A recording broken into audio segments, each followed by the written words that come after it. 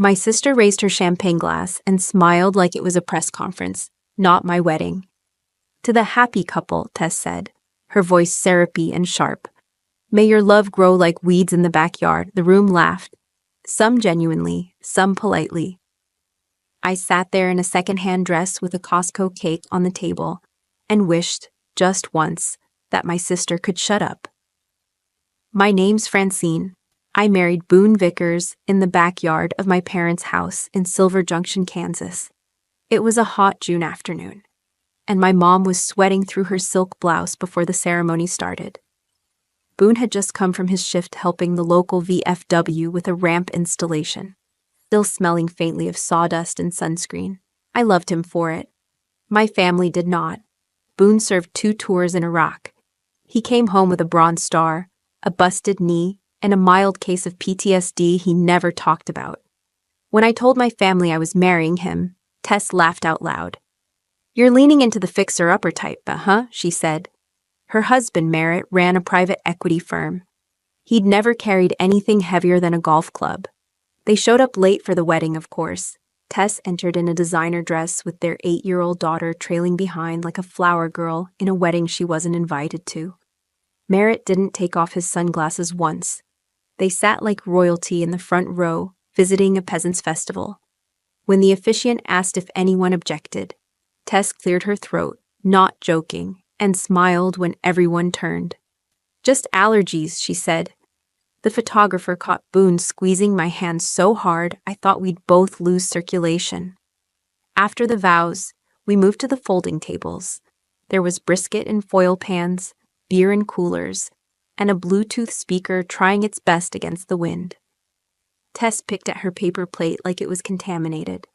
Mom kept pulling me aside to whisper, "You can still go back to school. It's not too late."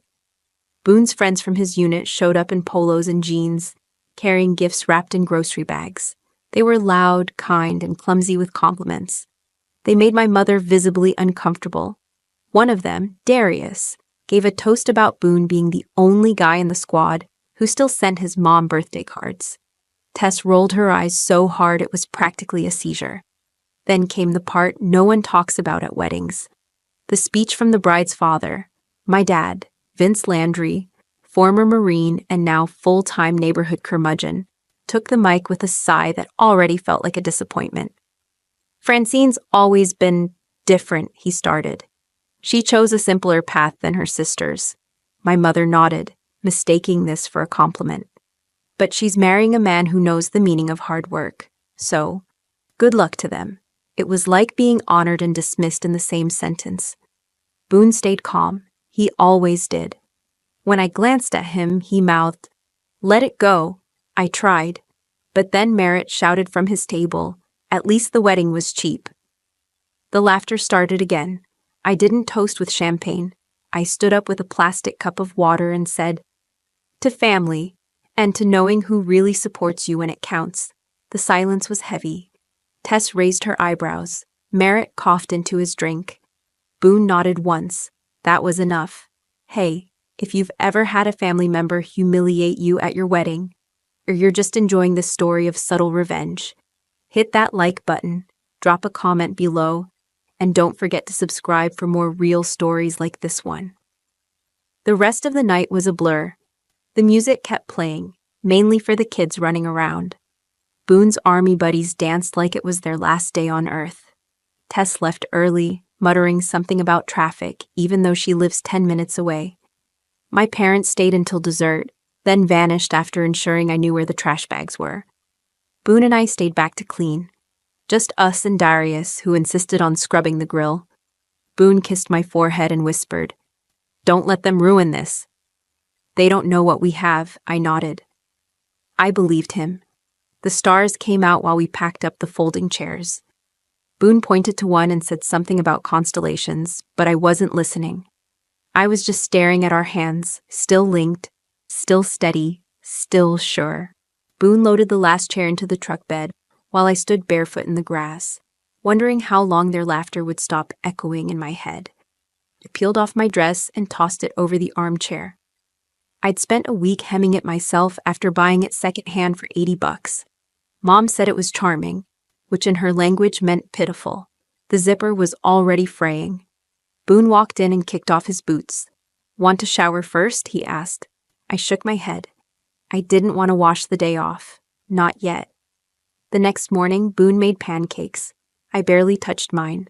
My phone was full of photos I didn't want to look at. Boone smiling next to the grill. Boone shook hands with my dad, who looked like he was doing it under court order. Boone laughed with his buddies while Tess scowled in the background. If you looked hard enough, it almost looked like a happy wedding. Later that week, I stopped by my parents' house to drop off a gift someone had left behind. Mom met me at the door in yoga pants and pearls. "You could have just tossed it," she said. "It's a keychain." I handed it over anyway. She didn't invite me in. As I turned to go, she added, "Tess's rehearsal dinner cost 10 grand, you know." I froze. "That's great." "Just saying," she replied. "We put a lot into hers. Yours was sweet." There it was again. That word. Boone never said much when I vented about my family. He'd listen with that military stillness of his. No judgment, no reaction. But I knew it got to him. One night he asked, "Do you ever wish you'd married someone easier for them to accept?" I hated that question. Not because of what it said about him, because of what it said about me. 2 months after the wedding, we got invited to Tess's house for her birthday. I didn't want to go. Boone said we should. "They're your family. We show up. We stay polite. We leave early." That became our rule. Their house was a 2-story brick colonial in Ashbury Hills, where the driveways were longer than our entire street. When we stepped inside, Merritt handed Boone a craft beer as if it were an act of charity. "Enjoy, buddy. It's from Denmark. You probably don't get stuff like this out in the sticks." Boone smiled, took the beer, and didn't say a word. The dining table was a Pinterest board of charcuterie and imported olives. I brought potato salad in a plastic bowl.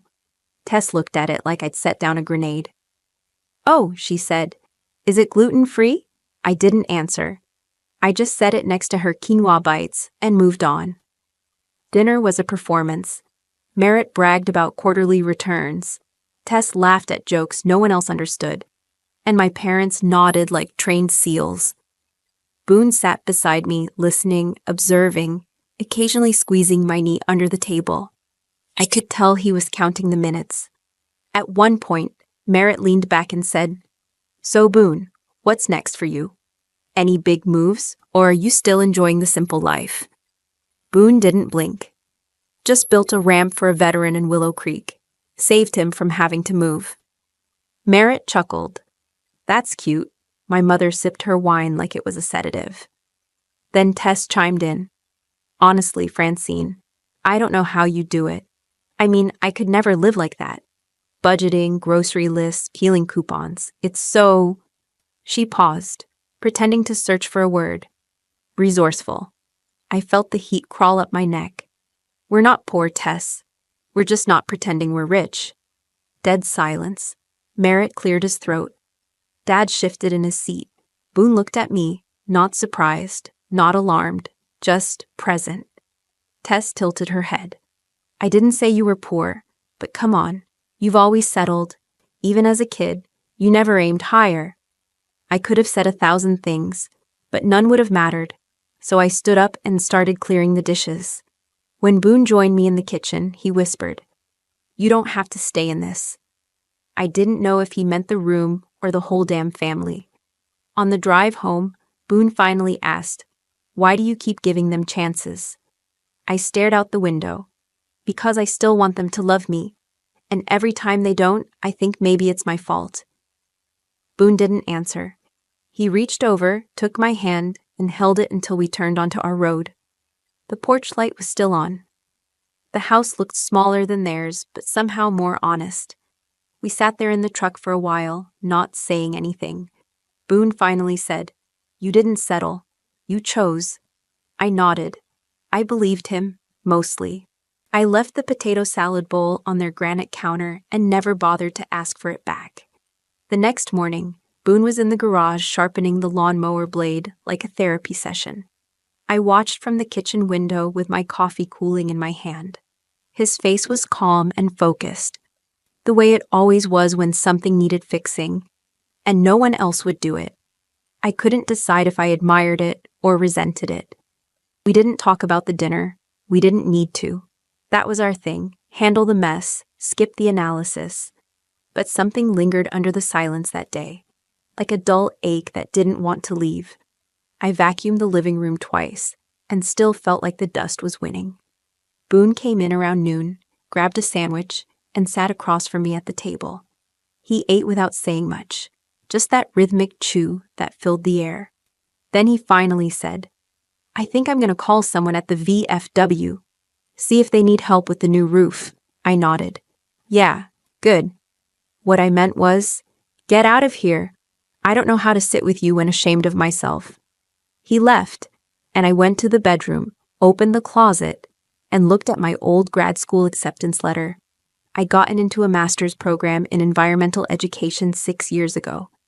Gave it up when Mom had surgery and said she needed help around the house. Tess didn't even visit. I stayed, and I never went back. I kept the letter anyway. Maybe one day I'd believe it still meant something. That night, Boone came home late. He smelled tar and smoke, and I didn't ask what went wrong with the roof. He dropped his boots at the door, limped a little, and walked in. His knee flared up sometimes, especially when he overdid it. He didn't complain. He never did. We sat on the couch, legs touching but not holding. I finally asked, "Do you ever feel like we're just getting by?" He looked at me for a long second. "Sure, but we're getting by together." That's more than most people get. I wanted to believe that. I wanted to wrap myself in that sentence like a blanket, but it didn't stick. Not that night. A week later, Boone got a call from a vet named Kenny. He was in a wheelchair after a stroke, living alone and struggling with the stairs in his house. Boone spent the weekend building him a ramp. I tagged along one afternoon, primarily out of guilt. Kenny offered me lemonade and called me Miss Francine, like I was visiting royalty. His dog barked non-stop. His kitchen smelled like old bacon grease, and I liked him immediately. When we returned to the truck, Boone asked, "Feel better now that you've done your good deed for the day?" He said it with a smile, but I didn't answer. Not because I was mad, because I felt like the worst version of myself for needing someone else's struggle to feel useful. Boone got a small envelope from the Department of Veterans Affairs on Sunday. I found it sitting on the counter when I came in from the garden. He opened it while I sliced cucumbers, said nothing, and then set it down. I glanced at the page. It was about a grant for veteran reintegration projects. Boone had applied months ago for funding to turn our extra acre into a wellness garden and therapy space for local vets. He never told me. "You kept this quiet," I said, holding the paper. He shrugged. "Didn't want to jinx it." "This is huge, Boone. It's just a step. It's more than a step. It's real." He didn't react the way I thought he would. No excitement, no pride. Just a calm certainty, like the future was already happening, and he was just catching up. I stared at him across the kitchen island and realized how much I didn't know about what he was carrying. Maybe that's why I married him. Because even when I was falling apart, he was building something. I folded the letter and tucked it back in the envelope. Boone leaned against the counter, arms crossed. "You still think you settled?" I didn't answer. I just walked over, took his hand, and squeezed it like I had at our wedding. Like maybe it was the only anchor we had left that made any damn sense. I watered the garden in silence that evening, letting the dirt and the dusk settle over me like armor. Boone sat on the porch, one boot off, rubbing his knee like he was negotiating with it. I didn't say anything. We were getting good at that, being quiet without being distant. The only sound came from the hose and the occasional creak of the porch swing when Boone shifted his weight. The next day was Thanksgiving. Not my favorite holiday. Nothing like stuffing your face while pretending your family doesn't silently judge every choice you've made since puberty. We had agreed to go, mainly because Audra had texted and said she wanted us there. She was the only one who ever asked us anything without an agenda. We brought a pie, Homemade. Boone peeled the apples and I made the crust. We even used real cinnamon, not the cheap kind. I carried it in, covered in foil like a peace offering. The front door was already open when we arrived. My mom greeted us with that too bright smile she reserved for guests in awkward situations. "You made it," she said. "We were just saying grace," which was coded as, "You're late." We walked into a dining room that looked like a Pottery Barn catalog. Tess was already seated at the head of the table. Her daughter, Savannah, wore a velvet dress and a pout. Merritt stood behind Tess, pouring wine like he owned the place. Audra waved at us from the far end of the table, next to the folding chairs added to make room. Boone and I took the only 2 seats left. Side by side, across from the kitchen door, my dad started the blessing, a disguised monologue about responsibility and tradition. Boone bowed his head respectfully. I stared at the table. Dinner was a full production. Turkey, 3 kinds of stuffing, mashed potatoes, yams with marshmallows, and something gelatinous I didn't trust. Boone tried everything. I stuck to the salad. Then came the photo. It always came after dessert, when everyone was bloated and half drunk. Mom lined us up in front of the fireplace. Tess fixed her lipstick. Audra tucked her hair behind her ears. Boone and I stood at the end, half in the frame. Just like always. "Maybe one just of the kids," Mom said. "You know, for the mantle." Boone stepped back automatically. I grabbed his hand and pulled him back into place. "He's family," I said. "We're not doing this again." Tess laughed. "Relax, Francine. It's just a picture." "No," I said. "It's never just a picture." Everyone froze. Audra looked down at her shoes. Merritt took a sip of wine. My dad cleared his throat, then said, "Let's just take the damn photo." We smiled. Click. Done. Boone turned to me and whispered. I was okay stepping out. I shook my head. "I'm not." Tess turned on the TV in the living room and started talking about ski trips. She and Merritt were planning Aspen for New Year's. Mom nodded along like she'd be invited. My dad asked about interest rates. Boone and I sat on the edge of the couch like kids waiting to be excused. Then Merritt asked Boone, "You still doing those weekend build projects?" "Must be exhausting," Boone smiled. "It helps." "Helps what?" "Keeps my head straight." Merritt nodded like that was interesting but meaningless. Then he turned to my dad and changed the subject. Boone squeezed my hand once under the throw blanket. We didn't stay long after that. In the car, I watched the houses pass by. Big porches, inflatable turkeys, perfectly raked leaves. All of it felt fake. All of it felt designed for a life I was supposed to want but couldn't afford. Even emotionally, Boone finally asked, "You okay?" I laughed. Define okay. Not hiding in the garage with a beer and a bad knee.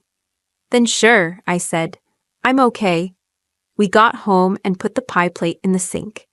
Boone sat down and unlaced his boots like he always did, slow and methodical.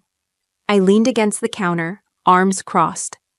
"If I hadn't said anything, you'd have stepped out of that photo and never thought twice." "Yeah," he said, "because I know where I stand. I don't need pictures to prove it." I turned off the kitchen light. "Well, I do." He looked up at me, quiet, then said, "Okay." Not angry, not defensive, just honest. And somehow that made me feel worse. Because he wasn't wrong, but neither was I. I lay awake that night, counting every breath like it might keep the resentment from blooming. By morning, I gave up pretending to sleep. I made coffee, fed the chickens, and scrubbed the counters like they'd said something offensive. Boone came in from the barn around 7, kissed me on the cheek, and didn't say a word. His silence didn't bother me. Mine did. I kept thinking about the photo. That stupid fireplace photo with Boone half shadowed in the corner is like a forgotten extra. It wasn't just a picture. It was proof. Proof that no matter how long he'd been part of my life, my family never let him in. Not really. Around 10, Audra called. I didn't pick up. She left a voicemail saying she just wanted to talk and make sure things weren't weird. That phrase stuck with me. Things weren't weird. They were predictable. and I was tired of pretending otherwise. I called her back after lunch. She answered on the first ring. "Hey," she said, too cheerful. "Hey," I said, flat. "About last night." "I know," she interrupted. It got tense. "I'm sorry." Merritt was being a little. "He's always like that," I said. That wasn't new. "I guess I hoped it wouldn't bother you anymore." "That's the problem, Audra. It doesn't bother me. It exhausts me." She was quiet for a beat. "Okay, fair. Why do we keep showing up like they're ever gonna see us differently?" "Because we're still hoping they will," she said, her voice smaller. "You think that, or you just want to keep the peace?" Another pause. "Probably both." We didn't talk long. She said she'd call again soon. I knew she would. I also knew she wouldn't say anything that changed anything. That afternoon, Boone asked if I wanted to drive to the Miller property with him. A vet named Tom Miller donated 2 acres to the wellness garden Boone had pitched in the grant. Boone wanted to scout the layout. "We can bring the measuring wheel," he said. "Get a feel for it." I agreed. Not because I wanted to measure dirt, but being anywhere that wasn't tied to the past felt like air. Tom met us at the gate. He wore a stained ball cap and smelled like chewing tobacco and sunblock. "Glad you're doing something real with the land," he said, patting Boone on the back. "Nobody around here thinks long-term anymore." We walked the property for over an hour, stopping to sketch out zones on the back of a seed catalog. Boone discussed planting lavender rows, raising veggie beds, and creating a shaded walking path. I watched him draw it out like he already saw the future, blooming from nothing. "You really believe in this?" I said on the ride home. "Yeah," he replied. "You don't?" "I do. I think I just forgot I could." Boone didn't say anything to that. He just reached over and squeezed my leg like a reminder. "You're still here, still part of it." That evening, as we put the tools back in the shed, Boone pulled a folded envelope from his back pocket. "This came today." I opened it and saw the logo from the grant board. I skimmed fast. Boone watched me, nervous for once. "You got it," I said, looking up. "They're funding the full pilot." He exhaled and looked down at his boots. "It's real then." "It was real before," I said, "but now they're paying attention." He nodded, quiet. Not overwhelmed, just steady. And I realized that Boone didn't need recognition to believe in something. He just needed soil, tools, and a reason to keep building. Later, I found myself standing in front of the hallway mirror. I looked like someone who belonged in this house, on this land. I just didn't look like someone my family would ever brag about. And maybe I was done caring. I thought about the lavender rows, about the shaded path, about veterans who'd walk it, maybe for peace or something more. I thought about Tom's weathered hand gripping Boone's shoulder, like they shared some code I'd never quite understand but could learn to respect. Then I turned off the light and left the reflection behind. I reached for my phone and deleted the Thanksgiving photo without a second thought. A week later, I got a call from my dad. I didn't recognize the number because he was using the landline at the dealership. When I heard his tight and too polite voice, I knew something was off. "Francine," he said, like I was a client instead of his daughter. "We'd like to have a family dinner, this Saturday."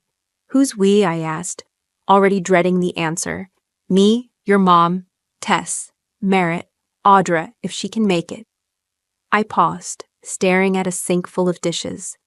"You know Boone and I have plans." "It's important," he cut in. "It's about the family's future." They never used words like that unless something was wrong. Did something happen? There was a silence just long enough to confirm it. "Let's just say Merritt's business has hit a patch. We're reorganizing some assets. We'd like to talk things through, as a family." And there it was, the preamble to a favor. "We'll be there," I said, even though I hated myself for it. Boone didn't argue. He just said, "Let's take both cars," and left it at that. Saturday came with a sharp wind and skies the color of wet concrete. Boone wore his usual, jeans, a flannel, and a tan field jacket. I dressed like someone who had made peace with being underestimated. Clean sweater, hair tied back, nothing flashy. They'd set the table like it was Thanksgiving again. cloth napkins, wine glasses, and even place cards. Merritt's idea of charm always looked like a corporate dinner party trying too hard. We sat through the salad and discussed the weather and gas prices before the shift came. Tess leaned forward, smiling too wide. "So," she said, fingers laced under her chin, "let's be honest. You probably heard some chatter." "About Merritt's firm?" Boone asked calmly. "Yeah, word travels." My father cleared his throat. "It's temporary. A liquidity issue." "It's a $9 million SEC investigation," I said. "That's not a hiccup." Mom flinched. Tess's face tightened like Botox couldn't hold it all in. "We didn't bring you here to argue," Merritt said, steepling his hands like a TED Talk villain. "We brought you here because we believe in solutions, strategic, long-term ones." Boone raised an eyebrow. "And how does that involve us?" Tess spoke up, all charm. "You have something stable, tangible. Your land, your project. You're sitting on equity, on opportunity. And you want us to liquidate it," I said. "No," my dad lied. "We're just asking you to consider leveraging it. Help the family through a tough season."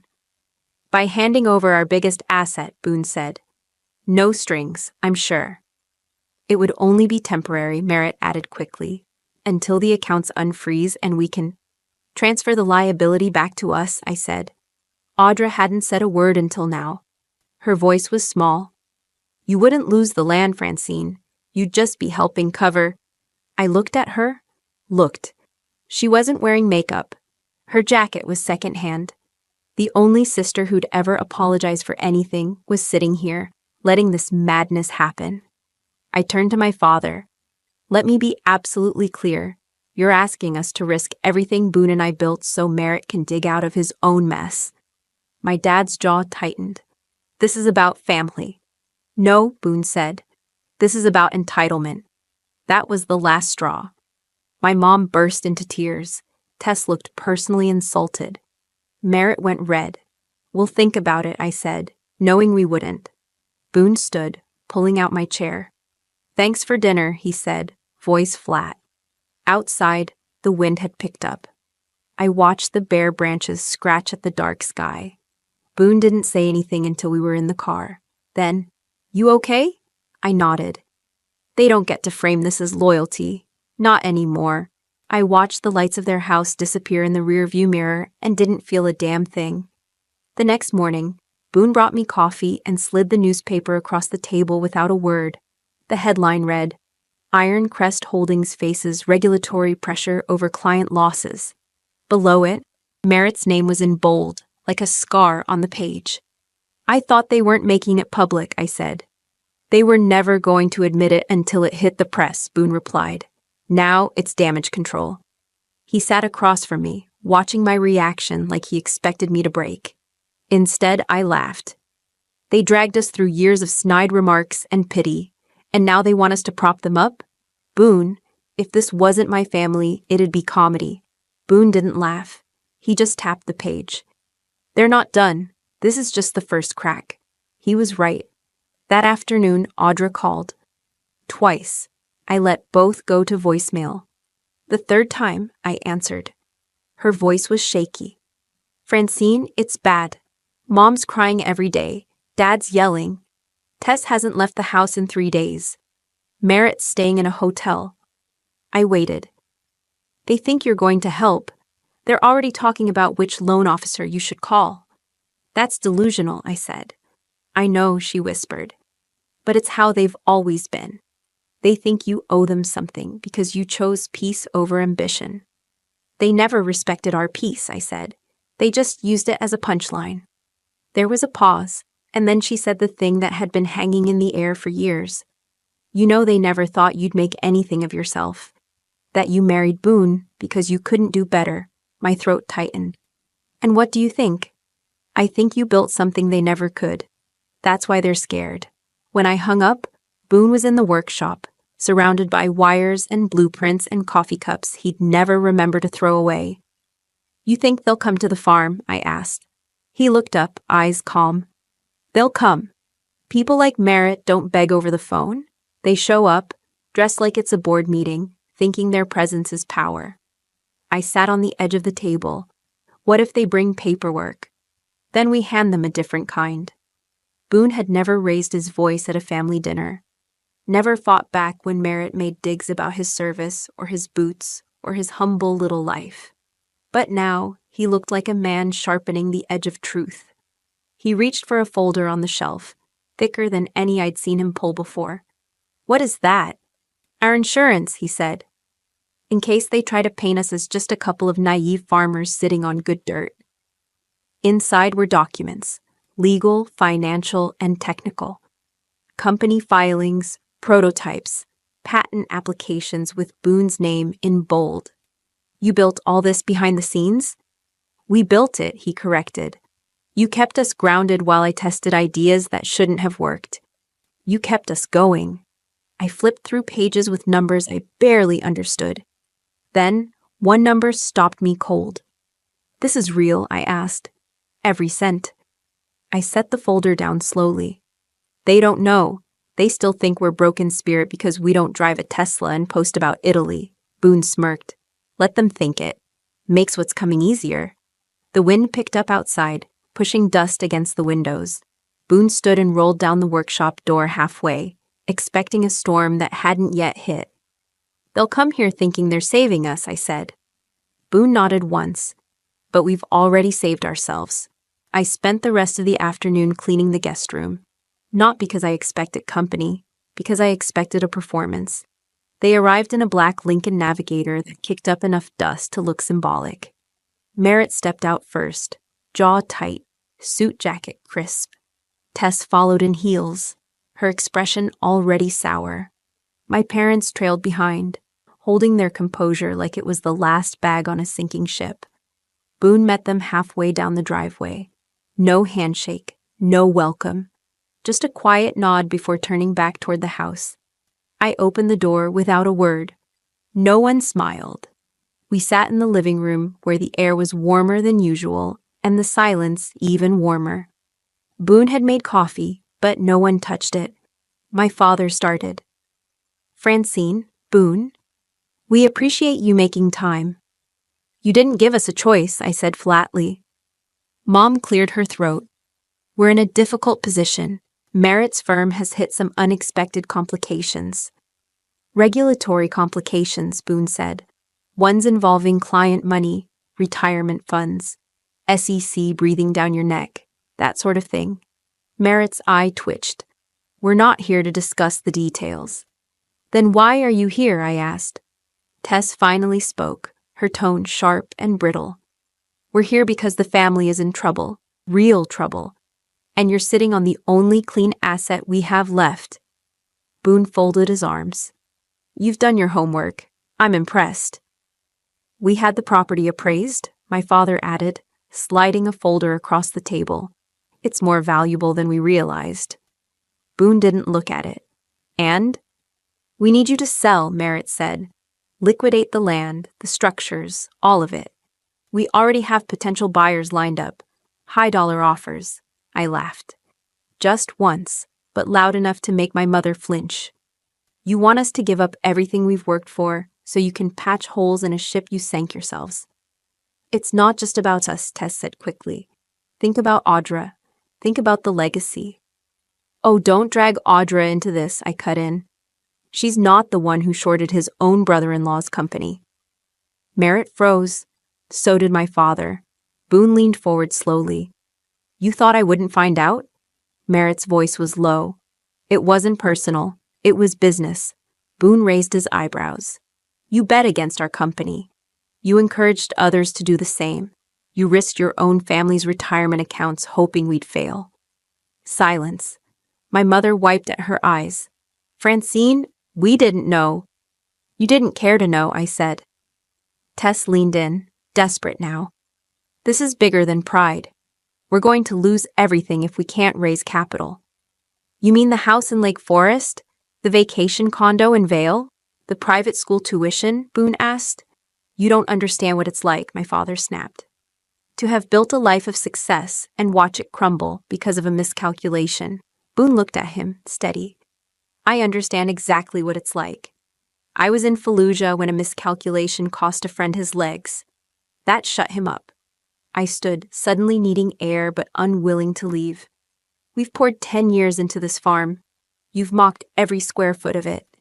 And now it's your safety net. Your family, Mom said. Family helps each other. No, I said. Family respects each other.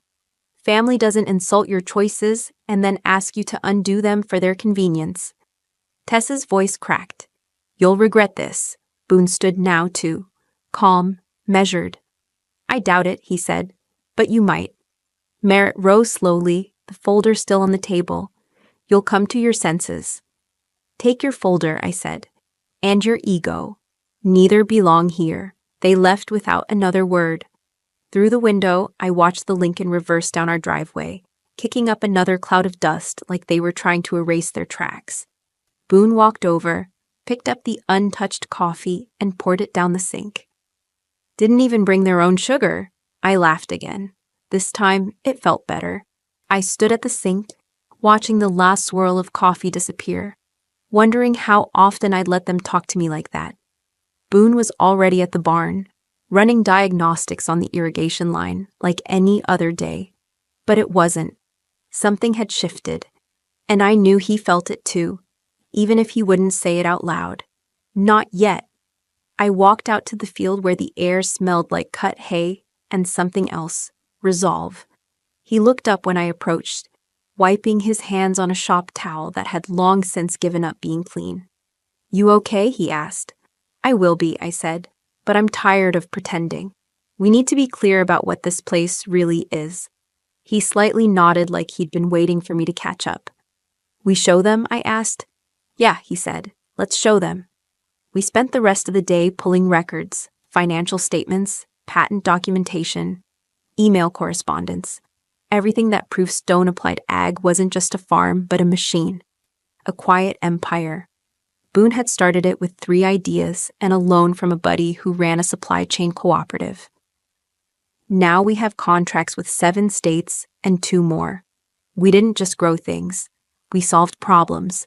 Water shortages, yield inefficiencies, soil instability. Boone had developed tech that universities were just starting to study, and we were already deploying it. But we hadn't told anyone. Not because we were hiding, because we didn't need the noise.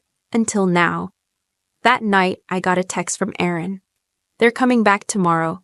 Dad says they'll bring lawyers this time. Boone read over my shoulder.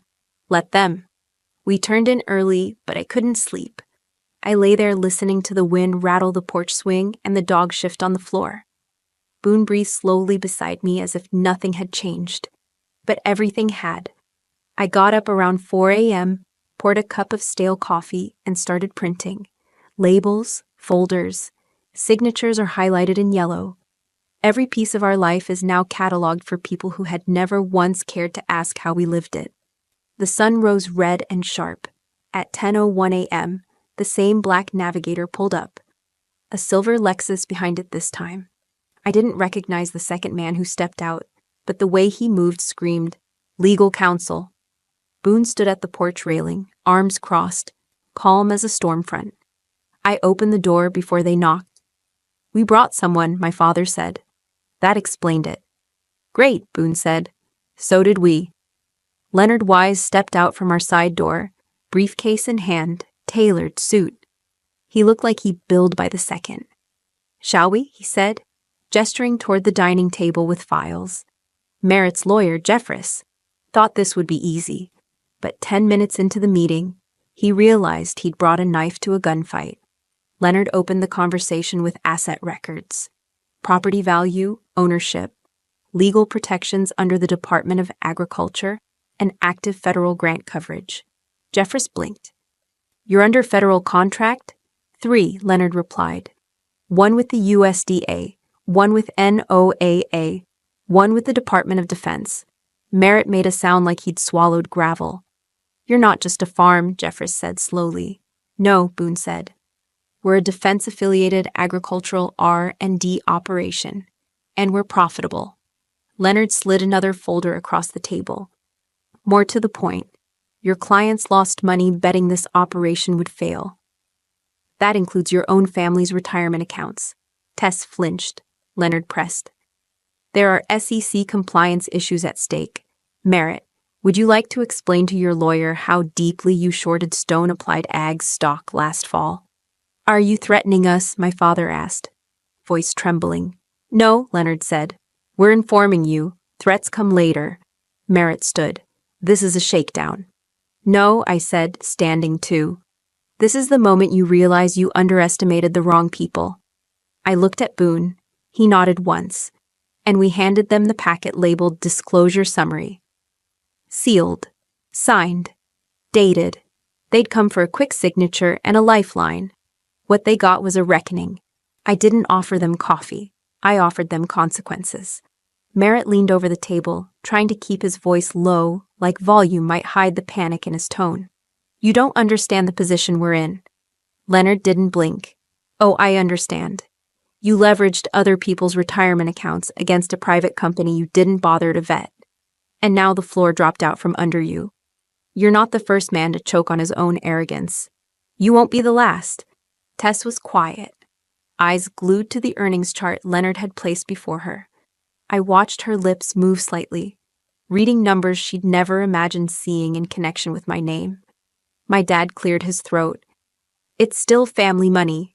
That land is not yours, Boone cut in, calm but with just enough steel to silence him. You didn't buy it. You didn't work it. You didn't build anything on it but your own assumptions. My mother turned to me, voice trembling. Beth, sweetheart, we're not the enemy that was rich. I smiled, but it didn't reach my eyes. You know, Mom, it's funny. You all hated the military. You mocked Boone's service. But guess who helped fund our irrigation research? The Department of Defense. Guess who paid for half the startup with a veteran small business grant? She blinked, unsure whether to look impressed or insulted. I told you, Boone said quietly. We weren't wasting our lives. You just didn't listen. Merritt threw his hands up. This is ridiculous. None of this matters unless you're planning to take it public. Leonard tapped the folder. Already in motion. Quiet filing. Stone Applied Ag becomes a publicly traded entity in 90 days. And your attempted short position will be on record for any regulatory body that requests it. You're bluffing, Merritt said, but he didn't sound confident. Leonard didn't answer. He just smiled like a man who knew exactly how much the bluff was worth. And that it wasn't one. Tess reached for her daughter's hand, suddenly looking 10 years older. We didn't know, she whispered. That's the whole point, I said. You never asked. You never cared enough to even wonder what we were doing here, what we were building. You assumed small meant stupid, poor meant pitiful, and that love meant failure. I was scared, she said. We were losing everything. And now you want us to burn our lives down to rebuild yours? Beth, my dad started. We just need some time. Some help. You have the means. And what would we get in return? I asked. Silence. Not forgiveness, Boone said. Not gratitude. Just the next demand when this patch job wears off. My mother sniffled and looked at me like the world had betrayed her. So that's it? You're just going to abandon your family? No, I said. You abandoned me a long time ago. I'm just finally recognizing it. Leonard packed the folders neatly, stood, and buttoned his jacket. If you'd like to discuss structured repayment plans, I can refer you to financial mediation. But let me be perfectly clear. Stone Applied Ag will not be liquidated, transferred, or sacrificed to cover your liabilities. Any legal attempts to pursue that route will be met with full counteraction. You can consider this meeting concluded. They didn't move right away. It was like they couldn't process what had just happened. They came to the farm thinking we were small and desperate, waiting for their approval. They left, realizing we didn't need their permission. Outside, the wind picked up. The screen door creaked as Leonard stepped off the porch. Merritt stalked off without a word. My parents trailed behind him, shell-shocked and slow. Tess paused at the bottom of the steps. Can I at least call you, just to talk? Boone looked at me. I said nothing. Tess swallowed. Right, of course. She turned away, shoulders tight, guiding her daughter back into the car. Boone and I watched them drive off. dust rising behind their tires like a closing curtain. Neither of us said a word. The truth didn't need repeating. I stayed by the window long after their car disappeared, not out of hope, they'd be back, but to remind myself why I wouldn't open the door. Boone stood behind me, silent, arms folded. When I turned, his eyes were calm and steady. "You okay?" "Not really," I said, "but I'm not falling apart either." We sat on the porch steps, watching the late sun stretch long over the fields. The rows of soybeans were neat and promising. It should have felt like peace. Instead, it felt like standing in the eye of a storm, still, but with wreckage on all sides. "You think they'll try anything else?" I asked. Boone shrugged. "Merritt? Probably. Your dad? Maybe. Tess? Number she looked done. She also looked like she might crack. She already did." I could still hear Leonard's voice echoing from the kitchen, precise and sharp as a scalpel. But it was Boone's voice I kept hearing, measured, resolved. The man who used to pace hospital floors and wake up from night sweats had calmly dismantled a family full of vultures without flinching. He hadn't just survived. He'd grown teeth. "I didn't know you had that in you," I said softly. He smirked. "They just gave me a reason." The next morning, we were in the greenhouse when the call came. I didn't recognize the number, but I answered anyway. I shouldn't have. It was Tess. Her voice was quiet, too calm. "Beth, I need to warn you." I stopped watering and turned off the hose. "What now?" "They're planning to go public with the story. Merritt's calling in favors, trying to spin the entire thing like you set them up. That Boone manipulated the company's growth to sink Merritt's investments." I almost laughed. "He bet against a company without doing research. That's not a setup. That's a bad gambler losing. They're not worried about truth, Beth. They're worried about narrative." Boone looked up when he saw my face. I held up a finger. Tess continued. "He's planning to leak it to a couple financial blogs. Might even push something through a cable business show. He wants to tank the IPO. Of course he does. I'm telling you because I don't think it'll work, but you deserve to know." I didn't say anything. I just let the silence sit. "Beth, I'm sorry. I should have seen this sooner." "You saw it," I said. "You just didn't care until it affected you." She hung up. I stared at my phone for a moment before handing it to Boone. "Here." He read the log and frowned. "You believe her?" "I believe Merritt would rather burn the house down than admit it's not his anymore." He walked out of the greenhouse, phone still in hand. A minute later, I heard him calling Leonard. By the afternoon, there was already chatter online. Some random subreddit posted a question about our company's funding sources. Another thread speculated that Boone had used inside military contacts to fake credentials. I rolled my eyes. By sunset, Leonard had issued a statement, calm and cold. Stone Applied Ag Technologies is in full compliance with all SEC regulations and federal contracts. Attempts to manufacture scandal will be treated as market manipulation and met with appropriate legal action. Boone added his message. Not through the press, not through lawyers. Just a direct post on the company's homepage. It read, "We don't grow crops with shortcuts. We don't build systems with spin. If you want scandal, go to the people who bet against feeding the world." We went to bed early that night, too tired to stay angry. I curled beside him and whispered, "Do you regret any of it?" He turned to me, face unreadable in the dark. "Not for a second. I thought I'd feel stronger after all this. Instead, I just feel hollow. That's what surviving does sometimes. Doesn't mean you're weak. Means you're human." I closed my eyes and let the quiet hold me. 2 days later, the SEC filed a formal inquiry into Merritt. Anonymous complaints had surfaced, citing manipulation, misuse of client funds, and undeclared personal interests in targeted short positions. I didn't submit anything. Neither did Boone. It turns out the market has its way of balancing books. The phone didn't ring again. Not from Tess, not from my parents, not from Merritt. Boone didn't ask why, and I didn't bring it up. We didn't need to. The silence was answer enough. The farm stayed busy. Orders doubled. A university from Colorado reached out about a research collaboration. Boone got invited to speak at a Veterans in Tech Symposium.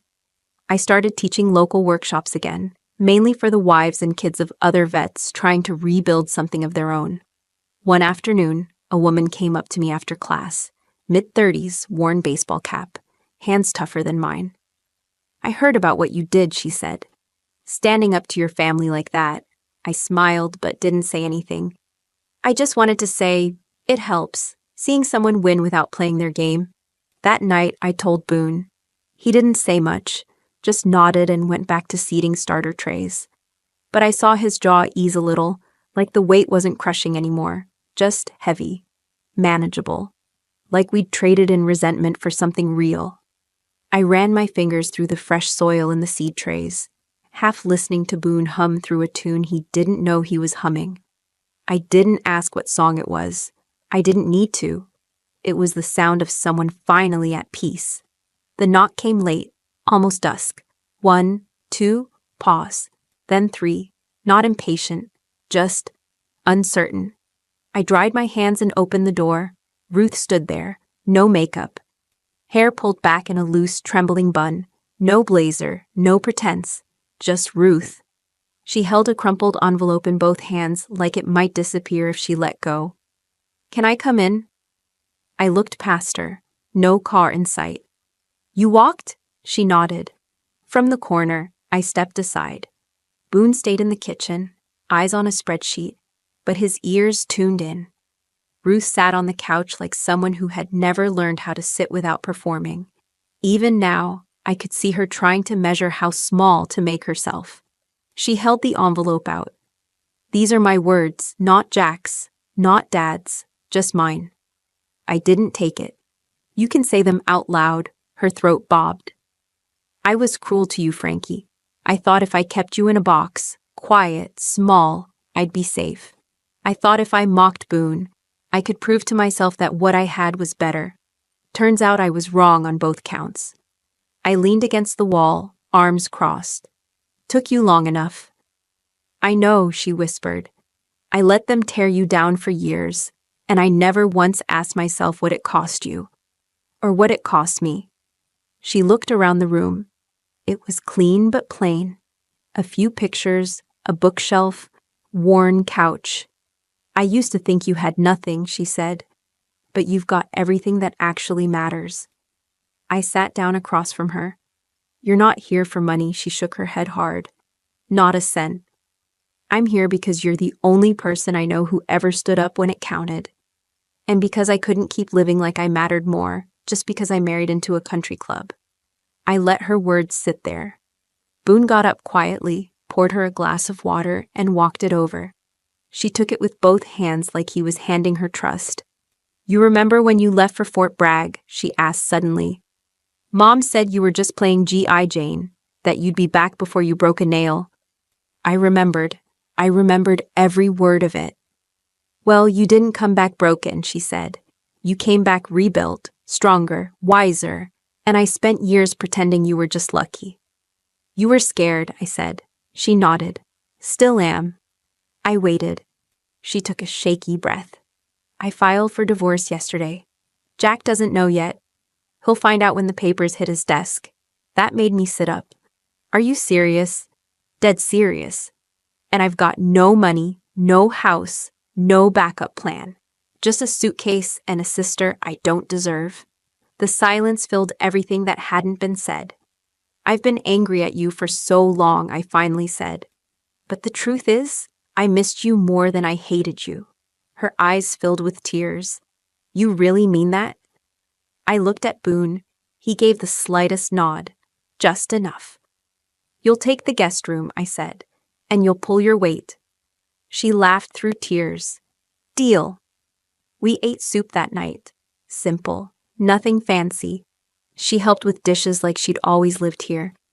When she reached to dry the last plate, Boone handed her a towel. Welcome home, he said. Ruth looked like he'd handed her the moon. No one said anything else that night.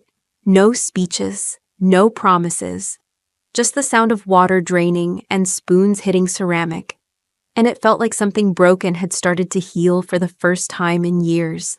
Ruth folded the dish towel 3 times before setting it down like she needed to prove she still knew how to care for something. She stood by the sink, shoulders hunched, fingers twitching like they wanted to regain control. Boone watched from the kitchen doorway, arms crossed, not saying a word. I stayed seated, arms braced on the table, staring at the untouched mug before me. No one moved, no one breathed.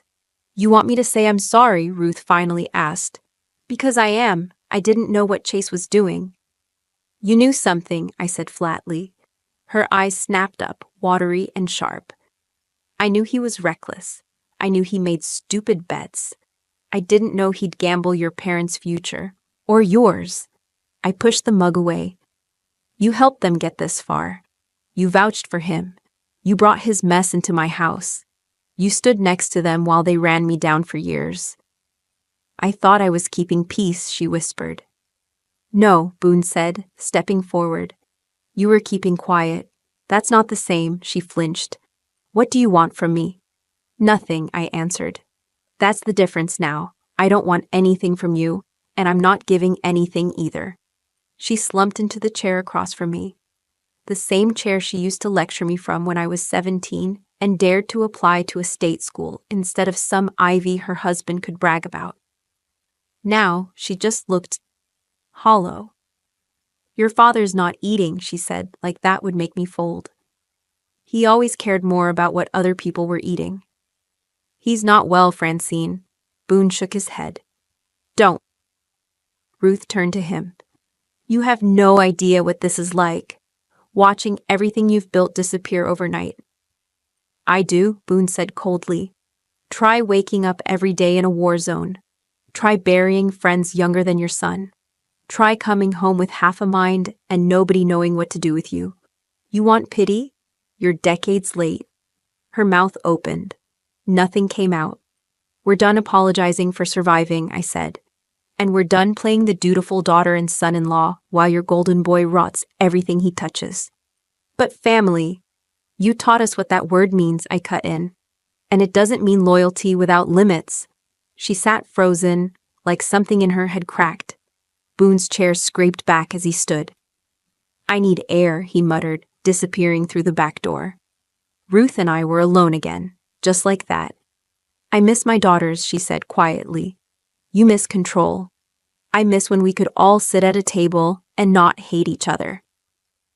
"Then maybe you should have spoken up when I was being humiliated at every holiday dinner." She looked down at her lap. "I didn't think you'd ever leave." I leaned forward. "That's the problem. You all thought I never would. You thought I'd keep showing up, taking scraps, and calling it love. You counted on me staying small." The silence that followed wasn't heavy. It was clean. "I'll go," she said softly, standing. "But if you ever—" "No conditions," I interrupted. "If you come back here again, it's as a guest. You show respect or you don't come at all." She nodded once. "Understood." I didn't walk her out. I didn't hug her goodbye. I didn't check the window to watch her leave. I stayed at the table and let the quiet fill the house. Then I got up, poured the cold coffee down the sink, and opened the barn door to let the wind in. I leaned into the doorway, watching Boone rake through the compost pile like he was churning up more than soil. He caught my eyes, then the shift in my stance. "You good?" he asked, not stopping his rhythm. "I'm not sure," I answered, "but I know I'm not uncertain anymore." Boone set the rake aside, walked over, and kissed my forehead. "That's something." That evening, we hosted a quiet dinner on the porch. Ruth brought cornbread, and Will brought his teenage son, Ben. They weren't guests anymore. They were something closer to family than anyone sharing my blood had managed to be. Halfway through dinner, my phone buzzed. Unknown number. Boone gave me a look. I answered. "Francine?" Tessa's voice came through, cracked, controlled. "You've made your point." "Have I?" I sipped my tea. "I'm not asking for money, or land, or help. Can we talk?" "No," I said. "We've already had the only conversation that ever mattered." "And you weren't listening." Silence. Then, "I didn't know." You didn't want to know. Click. Boone reached over and gently took my phone, setting it upside down. You don't need her voice in your head anymore, he said. I know, and yet it's still been there. I let out a breath. But I think today was the first time it echoed back, and I didn't flinch. Later, when Ruth was gone, and Ben was helping his dad rinse dishes, Boone and I walked out into the field. Fireflies blinked like signals in the dark. The scent of basil and damp grass clung to the air. I used to think peace would feel like a finish line, I said. Turns out it just feels quiet, and steady, and earned. You want to know something? Boone asked. Always. I never thought we were small. Not even once. Not when we were broke. Not when we were overlooked. Not when your dad made that speech at our wedding. That speech made me feel like a stain on a napkin, I said with a laugh. Yeah, but that's because you spent too long thinking your family's opinion was a mirror instead of a lie. Boone turned to me. You're the strongest woman I've ever known. And I was married to the army for 12 years. I smiled. It's a hell of a second marriage. Best I ever had. We sat in the dirt for a while, watching the night crawling around us. Boone pulled me into the crook of his shoulder. I let myself lean. No big final confrontation, no court order, no apology letter arrived in the mail. Just quiet. A week later, I got a certified letter from a firm in Charleston. It was a formal notice. The Stroud family estate had gone into foreclosure. No signature from Tess. No note. I showed it to Boone. He nodded once and said, "Let it rot." So I did. That fall, the community center opened on the edge of our land, built with the grant money Boone and I secured. Designed for veterans, struggling families, and anyone tired of hearing the door slam in their faces. We named it The Crossing. At the ribbon cutting, a little girl named Lila asked me if I was famous. I bent down and said, "Only to the right people." Boone shook every hand. I watched him laugh with a man in a wheelchair who'd once served under his command. I watched Will and Ben hang solar panels, and Ruth served beans from our field like fine cuisine. Audra showed up too, quiet, alone. She didn't ask for anything, just stayed late and helped clean up. She hugged me before she left and whispered, "I finally see it. I'm sorry it took this long." I stood on the porch with Boone as the last guest drifted down the gravel road that night. The porch light buzzed. The cicadas hummed. I used to think revenge meant striking back, I said. Now I think it just means choosing not to stay broken. Boone took my hand and said, "And maybe building something better in the wreckage." We stood there, hand in hand, the glow of the crossing visible from where we stood. I thought of all my years chasing approval, mistaking cruelty for closeness. I thought of my father's voice, Tessa's smirk, and every holiday where my silence was the price of peace. And I thought of this life now, built in dirt, love, fire-tested faith. It wasn't perfect, but it was ours, and it was enough. I used to think survival meant staying quiet, taking the hits, making myself small enough to pass through the cracks without making a sound. But now I know better. It wasn't the fight that changed me. It was the decision to stop asking for permission. I want to stop waiting for someone else to see my worth before I can stand in it. They didn't break me. They just showed me where I needed to grow roots. And from here on out, I don't shrink for anyone. I don't bend for comfort. I keep building. I keep planting. I keep choosing myself out loud. If you've ever felt like the black sheep in your family or found strength in choosing your path, stick around. This channel dives deep into family stories, especially where revenge isn't about getting even. It's about getting free. Hit subscribe for more true-to-life family revenge stories that remind us that sometimes walking away is the strongest thing you can do.